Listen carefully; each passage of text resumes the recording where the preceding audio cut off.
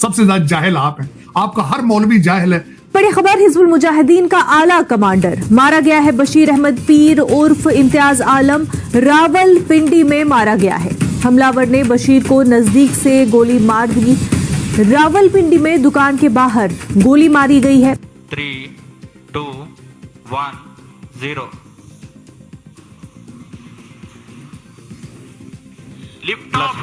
इस प्लेटफॉर्म के जरिए एटलीस्ट मैं तो मुबारकबाद देना चाहूंगा इंडिया को, उनकी हुकूमत को, ISRO को। वजीर आजम कह रहे थे मैं अपने कपड़े बेच दूंगा, उनके कपड़े बिक गए लेकिन आटा सस्ता नहीं हुआ। 2024 का आज पहला दिन है और आज ही के दिन इसरो को बड़ी कामयाबी मिली है। इसरो ने अब से कुछ देर पहले एक्स-रे पोलरिमीटर नाम के सैटेलाइट को लॉन्च कर दिया है। श्रीहरिकोटा अंतरिक्ष केंद्र से PSLV C-58 रॉकेट की मदद से इस सैटेलाइट को लॉन्च किया गया है। इंडिया ने आज अपनी एक सैटेलाइट लॉन्च की है PSLV। टेक्नोलॉजी के हवाले से अगर बात की जाए, उनकी कोई ना कोई लॉन्च होती है। पाकिस्तान में इस पर काम क्यों नहीं हो रहा? अगर इंडिया में हो रहा है तो उसकी क्या वजह है? Happy new year to all of you. So on 1st January 2024, yet another successful mission of PSLV has been accomplished. PSLV C-58 has placed the primary satellite ExpoSat in the desired orbit of 650 kilometer, 6 degree inclination. ठीक है, no doubt Pakistan में ये वैसे हमारा ना इस dialogue से थोड़ा मजाक भी बन जाता है जब इंटरनेशनल लेवल पे लोग देखते हैं ये बात कि हर पाकिस्तानी ये कहता है पाकिस्तान में टैलेंट बहुत है लेकिन नजर कम आता है। गजब बेइज्जती है। आपने देखे हुए हैं सर्वे के ये इससे बखूबी आप आगाह हैं, अपने देखने वालों को भी हमने बताया 3 गुना ज्यादा पाकिस्तानी इस साल मुल्क छोड़ के जा रहे हैं। और जो एक उम्मीद का जो हमेशा दामन थामे रहने वाले लोग हैं, उनसे भी अगर हम बात करें तो अब उनके पास ज्यादा उम्मीद अफजा कोई बात है नहीं, हौसला अफजा बात कोई है नहीं। तो इंडिया का जो अचीवमेंट है मेरा ख्याल है सबसे बड़ी है कि वो जो साइंटिफिक कम्युनिटी थी जिन्होंने स्पेस पे काम किया, उनकी एक स्पेशलाइजेशन और एक्सपेंशन हो गया, जिन्होंने आज इंडिया को इस मुकाम पे पहुंचा दिया, जो कि एक प्रेज करने की बात है। ग्राफिक्स का कमाल है, पाकिस्तान तो मानता ही नहीं है ना इस चीज को। देखिए, पाकिस्तान के मानने से ना मानने से कुछ नहीं होता, हमें देखना चाहिए कि इंटरनेशनल मीडिया क्या कह रहा है। हाफिज साहब कब करेंगे वो? 2028 में करेंगे वो प्रोग्राम? आप सबसे ज्यादा जाहिल आप हैं, आपका हर मौलवी जाहिल है जो आपको सब रोजाना जुमे के खुतबे लीड करता है, आपकी मस्जिदों में सारा दिन सियासी तकरीरें करता है। पूछा जाए तो वो 2 लफ्ज ना उर्दू के जानता है ना इंग्लिश के जानता है। और यार को खुदा दा खौफ करो, तुसी को बचो, कुछ तरक्की वाले पासे जाओ। मैं आज शॉक, मैं देख रहा था कि इस वक्त मैंडेटोरी कर दिया है उन्होंने भारत की इंडियन इंस्टीट्यूट ऑफ टेक्नोलॉजी में आर्टिफिशियल इंटेलिजेंस और डाटा की कंप्यूटर डाटा की तालीम के बारे में। It's mandatory regardless of what you want to become. You have to study artificial intelligence and how the computer data system works. यही नहीं, अभी और सुनिए। इसरो नए साल में 50 नए सैटेलाइट छोड़ रही है और धीरे धीरे यह मिशन 5 सालों में पूरा होगा, जिसके तहत भारत की पूरी सीमा इसरो के सैटेलाइट्स के अंडर में आ जाएगी, जिससे वो आसपास के देशों में भी कड़ी निगरानी रख सकते हैं, उनके खुफिया जानकारी हासिल कर सकते हैं। ये खबर चाइना को भी हजम नहीं हो रही है, अमेरिका को तो पूछे नहीं, क्योंकि उसकी हवा खराब है, क्योंकि जब से जयशंकर रसिया से आए हैं अमेरिका खफा है और पाकिस्तान की तो वाट लगी हुई है, क्योंकि अगर सैटेलाइट्स लॉन्च होके पाकिस्तान के अंदर तक की जानकारी मोदी के हाथों में होगी तो दोस्तों देखिए कैसे पाकिस्तान में हाहाकार मचा हुआ है। इस तरह की सैटेलाइट क्या पाकिस्तान के लिए खतरा साबित हो सकती है?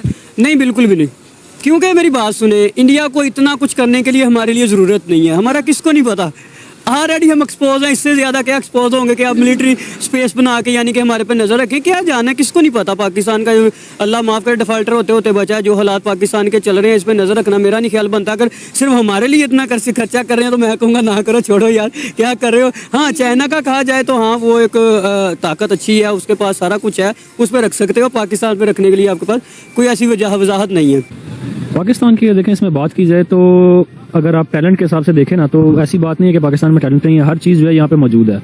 लेकिन बात वहीं पे आती है कि इंडिया ने जितना अपनी एजुकेशन में इन्वेस्ट किया है ना, पाकिस्तान ने आज तक कभी भी नहीं किया। ठीक है, साथ साथ जरा गपशप होगी ना कि हमने डिफेंस में बहुत ज्यादा इन्वेस्ट करते हैं, इस बात में तो कोई शक नहीं है। इस बात में डिफेंस बजट बहुत ज्यादा, बिल्कुल इस चीज में कोई शक नहीं है कि हमारा डिफेंस बजट बहुत ज्यादा है, लेकिन वो डिफेंस बजट जिस तरफ जाता है वो तो मतलब हम सब जानते ही हैं। अच्छा, मुझे ये बताएं कि हमें लेट्स सपोज डिफेंस बजट हम ज्यादा रखते हैं, रखते किसकी वजह से, हमें खतरा है किससे? खतरा हमें जो है वो दिखाया एक तरीके से, हमारे ज़हनों में डाला जाता है कि जी खतरा हमें इंडिया से है, गैर मुल्की ताकतों से है। इंडिया मतलब इर्द गिर्द के हवाले से बात की जाए, बॉर्डर्स के हवाले से बात की जाए, इंडिया की आता है मतलब कि हमारे इंडिया से खतरा है। अगर इंडिया से लास्ट फोर्स खतरा है तो उनकी टेक्नोलॉजी को अगर हम देखें, आए दिन कोई ना कोई सैटेलाइट, आए ना कोई मतलब डिफेंस के हवाले से वो टेक्नोलॉजी को लॉन्च करते रहते हैं। और पाकिस्तान की डिफेंस की टेक्नोलॉजी देखी जाए या ओवरऑल अगर स्पेस टेक्नोलॉजी देखी जाए, क्या आप समझते हैं कि हम जो दिखाते हैं क्या वाकई हम कम्पीट भी कर पाएंगे? अगर आप नियर फ्यूचर में इसको देखते हैं तो ये बिल्कुल भी हम कम्पीट नहीं कर सकते, जो कि स्टैंडर्ड फैक्ट्स हैं। ठीक है, हो सकता है मे बी कि मतलब आने वाले कुछ टाइम में मतलब 10-15 साल के बाद जो है वो आप हो सकता है कि उम्मीद लगा लें कि इसमें कुछ बेहतरी आ जाए, लेकिन अभी बिल्कुल भी कम्पीट नहीं किया जा सकता। वजह क्या है? वो अगर ग्रो कर रहे हैं इस इंडस्ट्री में या अगर वो टेक्नोलॉजी में ग्रो कर रहे हैं, क्या वजह है हम नहीं कर रहे, उतना नहीं कर रहे जितना करना चाहिए? तो क्या वजह?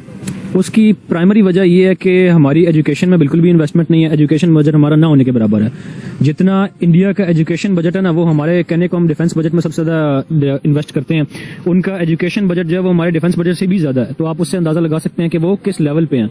दूसरी चीज़ ये है कि वो प्राइवेट सेक्टर को भी उतना ही इन्वॉल्व रखते हैं जितना कि वो पब्लिक सेक्टर को इन्वॉल्व रखते हैं। उन पे अननेसेसरी रिस्ट्रिक्शंस नहीं है जिस तरह पाकिस्तान में। पाकिस्तान में आपके डिफेंस कॉन्ट्रैक्टर्स जितने भी हैं वो एक तो गवर्नमेंट सेक्टर के हैं, उसके अलावा कोई कंपटीटर है ही नहीं। अगर कोई कंपटीटर आने की कोशिश करे तो उसका कोई जो है ना वो निकाल देते हैं उसको कंपटीशन से। या उसको बताऊं, रिसेंटली उन्होंने एक सैटेलाइट लॉन्च की थी विक्रम के नाम से, ठीक है, तो वो एक प्राइवेट कंपनी ने लॉन्च किया। एक हैरत वाली बात यह है कि वो काम जो स्काई रूट कंपनी का नाम था उन्होंने लॉन्च किया, जो हमारी गवर्नमेंट लेवल पे जो ऑर्गेनाइजेशंस हैं, जो कंपनीज हैं, वो काम नहीं, पब्लिक सेक्टर नहीं काम कर पा रहे, वो उनके प्राइवेट सेक्टर कर रहे हैं। मतलब हम कंपटीशन एक तरफ दिखाते हैं इंडिया के साथ है, रियलिटी पे बात कर रहे हैं। एक तरफ हम कहते हैं कि इंडिया के साथ मुकाबला, दूसरी तरफ अगर हम रियलिटी देखते हैं तो हमें शर्मिंदगी का सामना करना पड़ता है। बिल्कुल ऐसे ही है। देखें, हमारे पास जितनी भी क्या कहते हैं टेक्नोलॉजी है ना, वो चलो हम कह देते हैं कि भाई चाइना से आई है, कुछ उसमें से हमने खुद भी डेवलप की हुई है, लेकिन मेजरली जो है वो क्या कहते हैं टेक्नोलॉजी शेयरिंग या चाइना से ले ली या टेक्नोलॉजी ट्रांसफर के थ्रू बाकी मुल्कों से ले लिया, वो सब अपनी जगह पे स्टैंड करता है।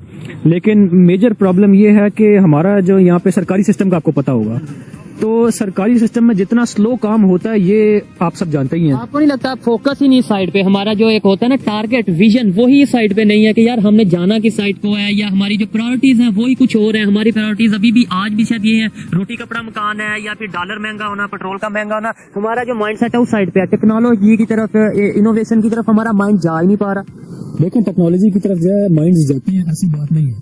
लेकिन बात यही है कि जिस तरह का हमारा एजुकेशन का निज़ाम है और हमारा जो कहते हैं पब्लिक सेक्टर में जो गवर्नमेंट का निज़ाम है, वहाँ पे अगर आप कोई इनोवेशन लाने की कोशिश करें ना तो उस चीज़ को सप्रेस कर दिया जाता है कि भाई अपना काम जो आपको दे दिया गया आप वो देखें, आप इधर ट्रैक से उतरने की कोशिश ना करो। ठीक है, तो उस चीज़ में जो है वो काम नहीं हो पाते। ठीक है, नो डाउट। आज जिस तरीके से नया साल आ चुका है, इसके साथ साथ बहुत सारी खुशखबरियां भी जो हैं हमें देखने को मिल रही हैं भारत से।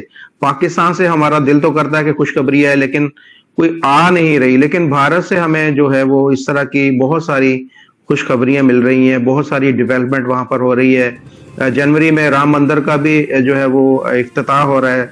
उसके साथ साथ कल हम एक न्यूज़ बड़ी जो देखी जा रही है, सब लोग उसमें इंटरेस्टेड हैं कि उसके ऊपर बात की जाए कि इसरो के चीफ ने एक जो प्रेस कॉन्फ्रेंस की थी, या उन्होंने एक जो अपना इंटरव्यू दिया था, उसके अंदर बोला था कि हम अगले 5 सालों के अंदर 50 के करीब सैटेलाइट जो है वो स्पेस के अंदर भेज रहे हैं। जरूर लिखिए, इस वीडियो को लाइक कीजिए, शेयर कीजिए, सब्सक्राइब करना ना भूलिए आपके चैनल EFCZ को। तो मिलते हैं अगली वीडियो में। जय हिंद।